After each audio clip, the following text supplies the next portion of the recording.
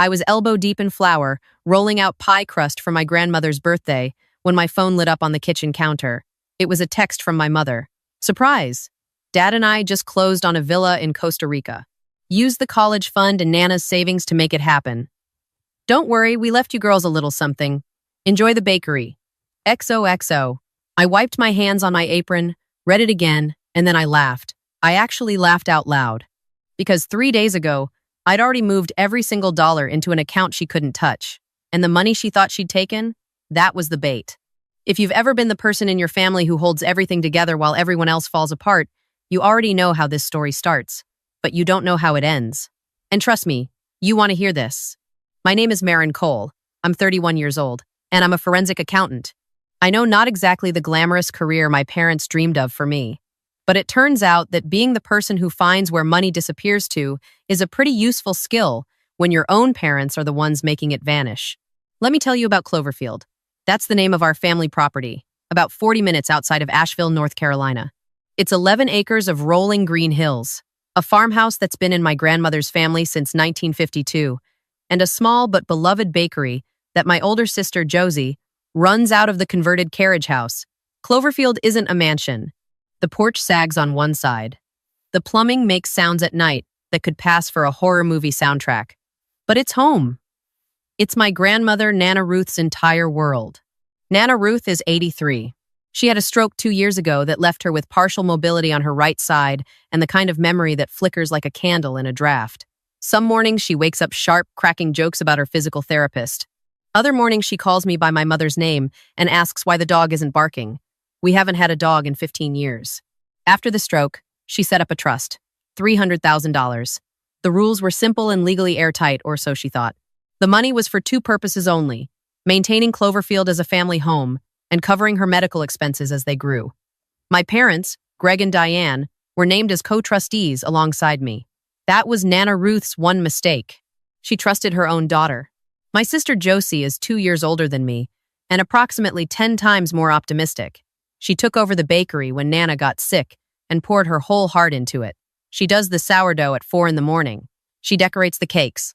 She hangs fairy lights in the windows every season and names every pie on the menu after a different old country song.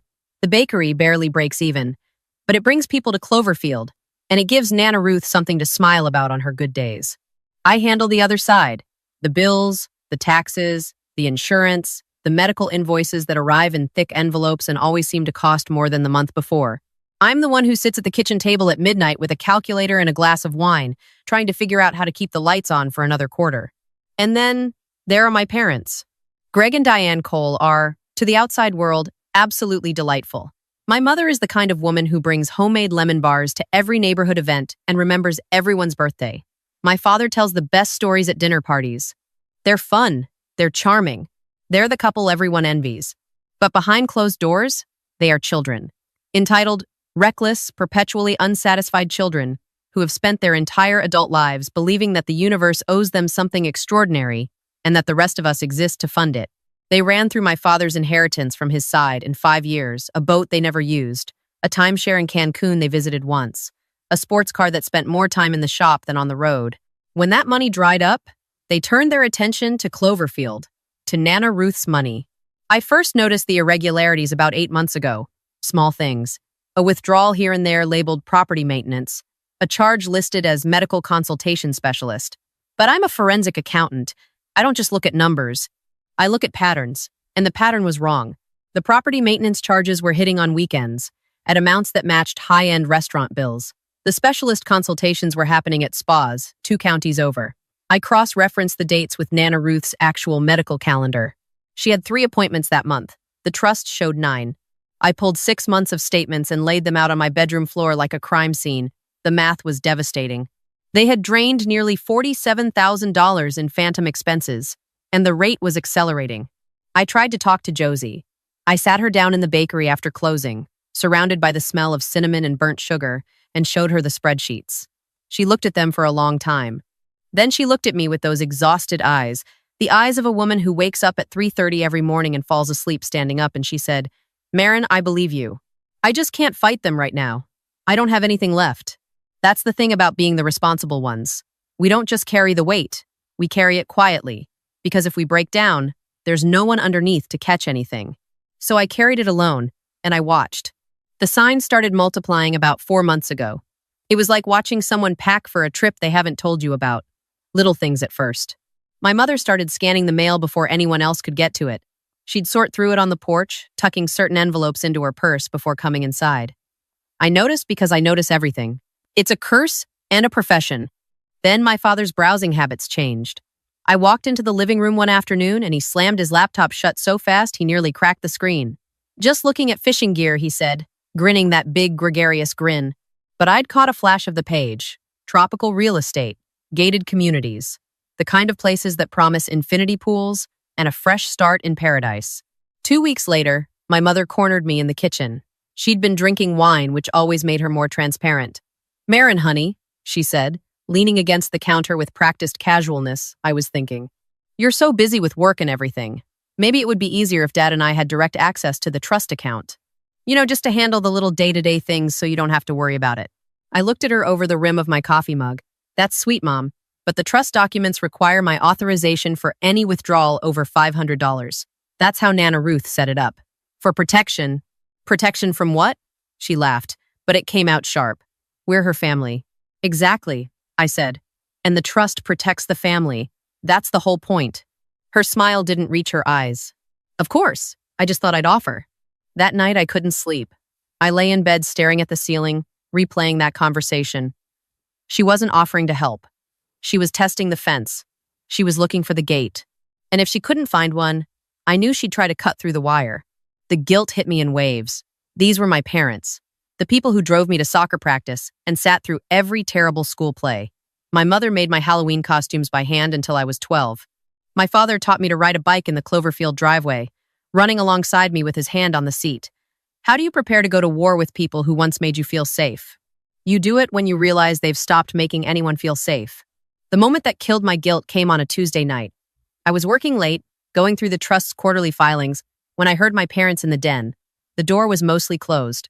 Their voices were low, but the old farmhouse has thin walls and I have sharp ears. "We've given enough," my mother said. Her voice wasn't sad. It wasn't conflicted. It was cold. Certain.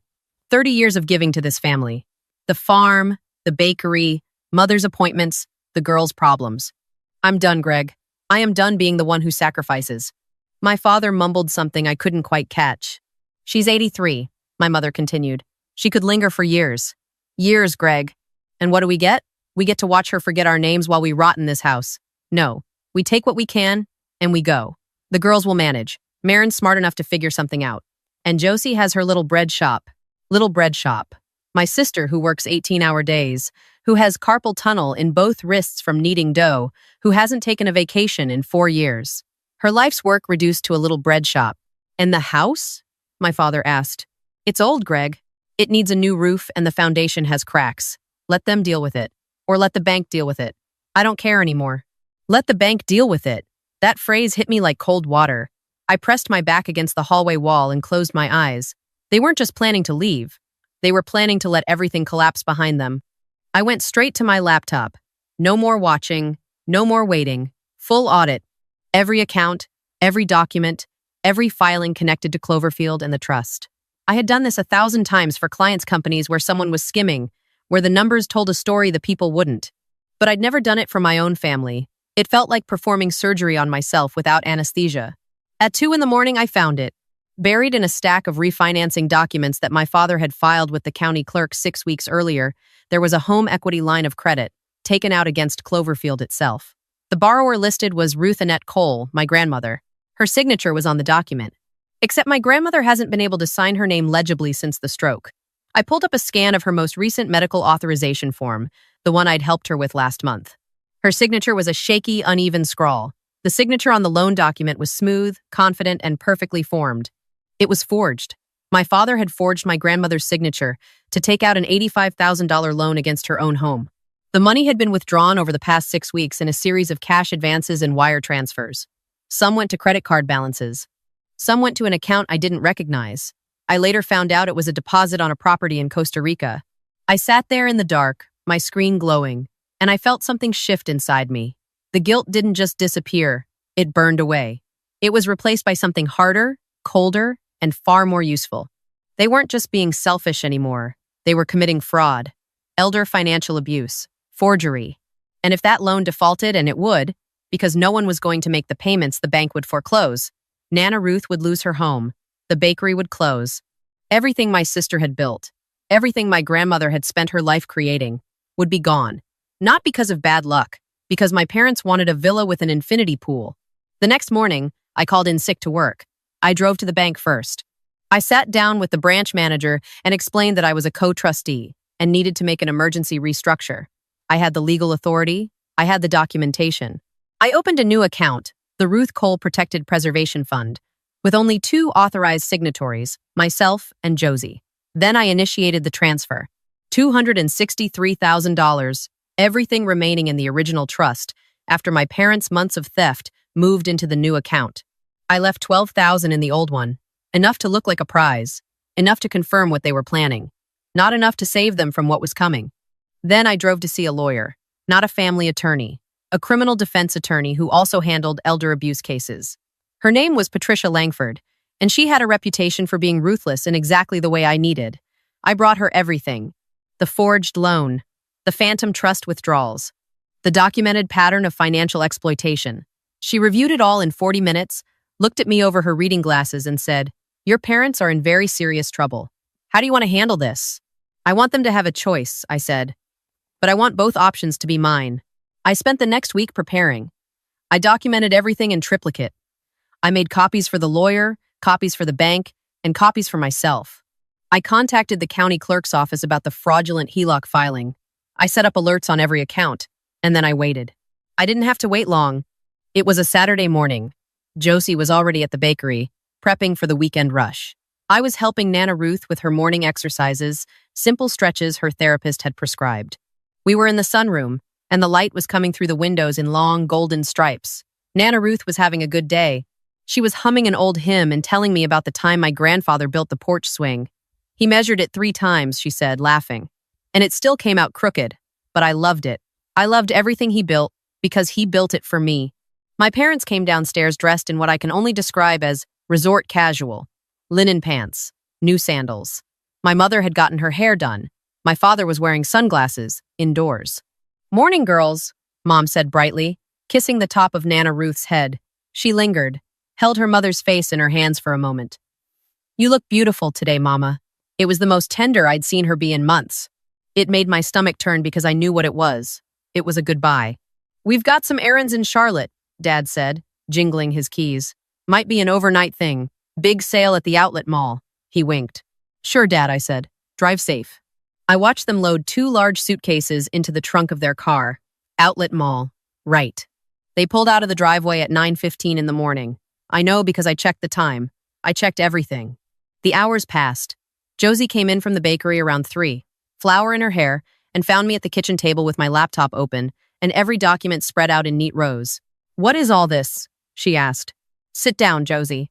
I told her everything: the phantom charges, the forged loan, the Costa Rica property deposit, the fact that our parents were, at that very moment, probably boarding a plane.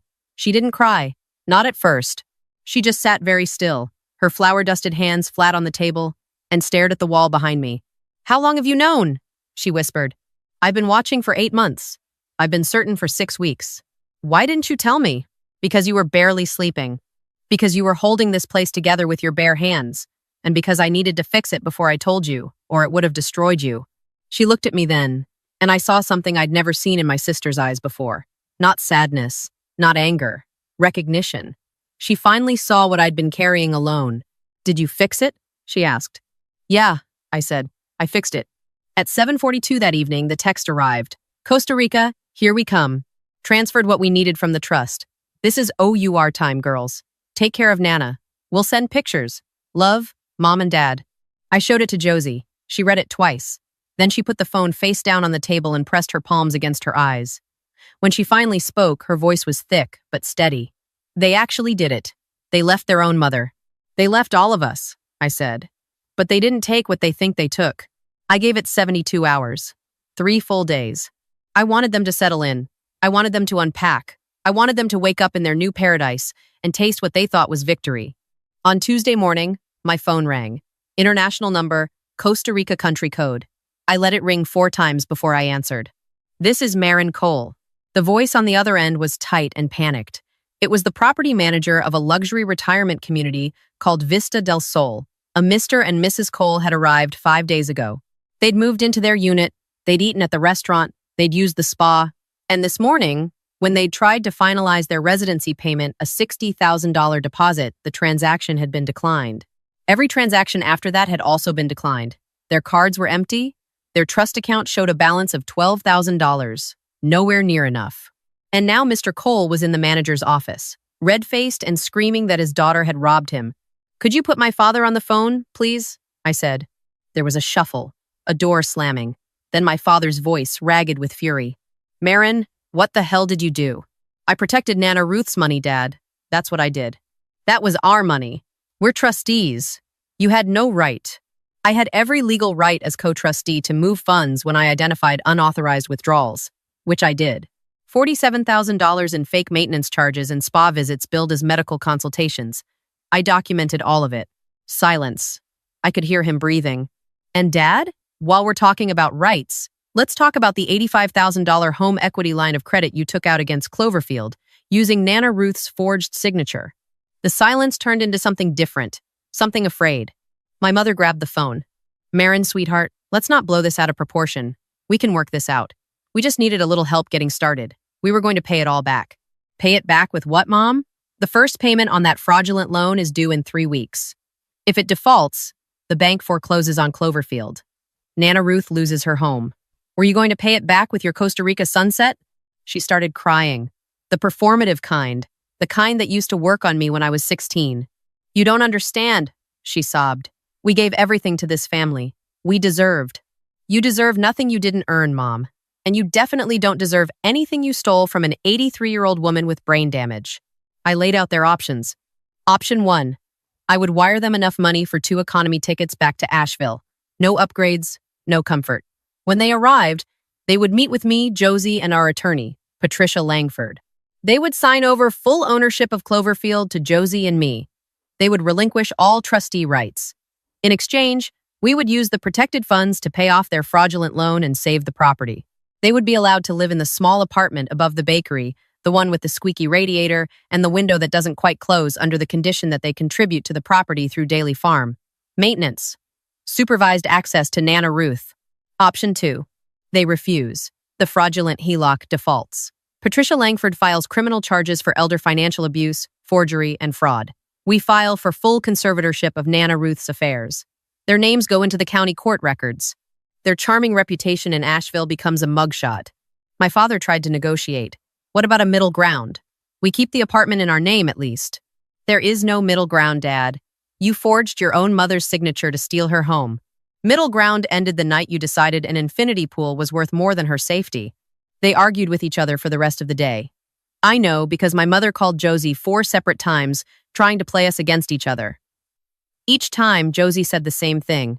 "Talk to Maren. She's handling it." It was the first time in our lives my sister had let me take the lead, and it felt like a door finally opening between us. They flew back on Thursday.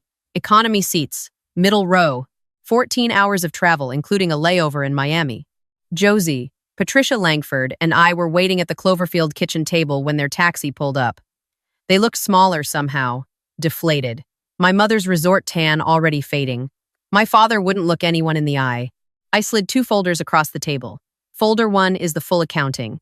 Every unauthorized withdrawal. Every forged document. Every dollar you stole from your own mother's trust. Folder 2 is the transfer agreement and the terms for your continued residence at this property.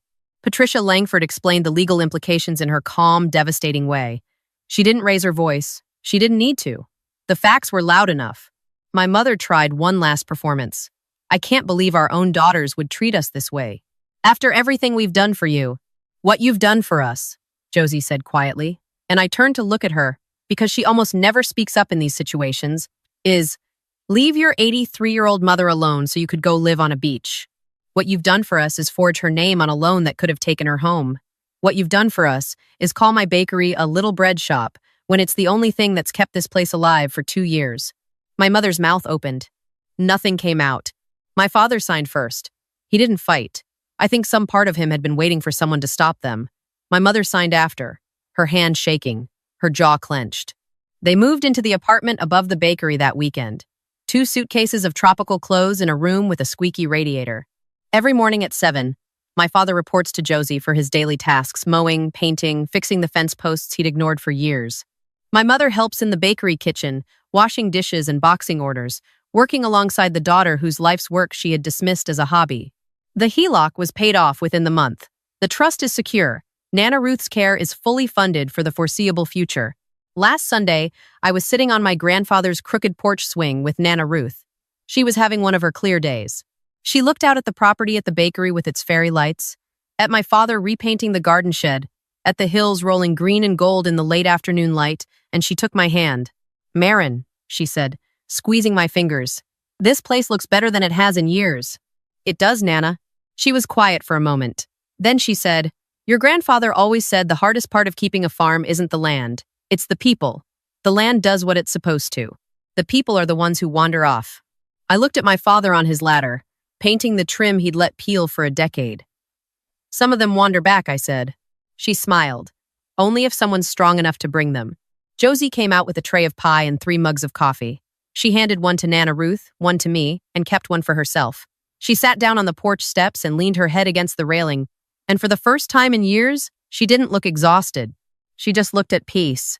We sat there together, the 3 of us, watching the sun go down over the property that was finally, legally, completely ours. My parents still live above the bakery. They do their chores. They eat dinner at the main house twice a week, supervised, silent, and small.